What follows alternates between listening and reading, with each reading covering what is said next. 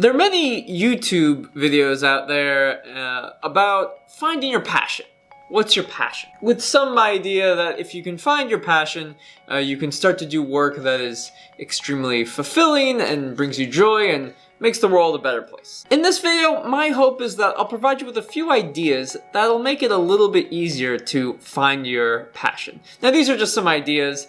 Have they been worked out and thought up of, developed by the greatest philosophers and minds of our time? No, this is just Alex in the shower just thinking, I think this will be a way of finding your passion. So, before we even begin, what even is passion? Or what is your passion? What is the thing that people are looking for? One description of passion that I think is useful, that some people have talked about, is passion is this combination of love and rage. It's this burning desire to do something that you love, that you care about very, very deeply. And that a lot of people want to find their passion with the idea that, if I find my passion, I can do that indefinitely. And so that's actually one of the premises that my idea about finding your passion stems from, which is the idea that ultimately whatever your passion is something that you could do forever. And forever is a very long time. So with the idea that your passion is something that is forever and independent of time, that would also suggest that whatever your passion is should be consistent throughout time, past, present, and future.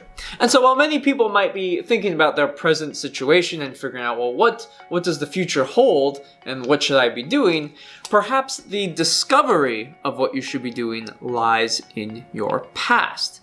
Perhaps you need to retrospectively think about yourself as a child growing up. What were your core principles, your ideas? What did you do? Because ideally, whatever you're passionate about should exist consistently throughout your life. In fact, it probably adds to a better story if you always had an interest in this thing that you are passionate about. And so maybe you think back and as a kid I was really active, I loved to, do sports and activities, and I ate really well. And even today, I prioritize health and fitness. Well, maybe health and fitness is your passion. Or maybe you always loved nature. You always, growing up, you used to go out on these hikes with your family, you enjoyed the outdoors, you loved nature. So the environment and preserving nature is something that you are passionate about. And it resides and resonates with your core beliefs and principles. In addition to philosophy and finance and science and chemistry and all that stuff, I am passionate about Taekwondo. Being a martial artist and practicing Taekwondo is part of my core identity and is something that I'm passionate about. But I only started doing Taekwondo when I was 18. Well, just because I didn't necessarily do Taekwondo until I was older doesn't necessarily mean that the innate desire to do martial arts wasn't around when I was younger. This is something that you will need to think about because you don't want to limit exactly what your passion is just based on the past, but think about the deep principles about when you were a child, what did you have an interest in and what continues to be an interest today. So as a kid, I was very active. I just jumped around, I was running around, and I enjoyed Teenage Mutant Ninja Turtles, Dragon Ball Z, Batman, all these things have some level of fighting and martial arts and something. And even Taekwondo is more of a jumping, flipping, spinning, kicking martial art. And so Taekwondo is a martial art that I resonate with and am passionate with, and it also corresponds and is in line with what I was like when I was a kid. This brings me to my second point, which is that you just have to try things. Yep, I only got into Taekwondo because I tried it. While the fighting spirit was innate in me, it was only by trying Taekwondo that I became passionate about Taekwondo. So you need to make time to explore some of these ideas that you have. And sometimes trying things also will help you along the process in figuring out what you don't like. You may have thought maybe I have some interest in this activity, but really when you do it, you found out that that was totally not the case. Sometimes finding out what you don't like will help you determine what you do like, what you are passionate about. Filtering out all the clutter will help you create clarity of purpose.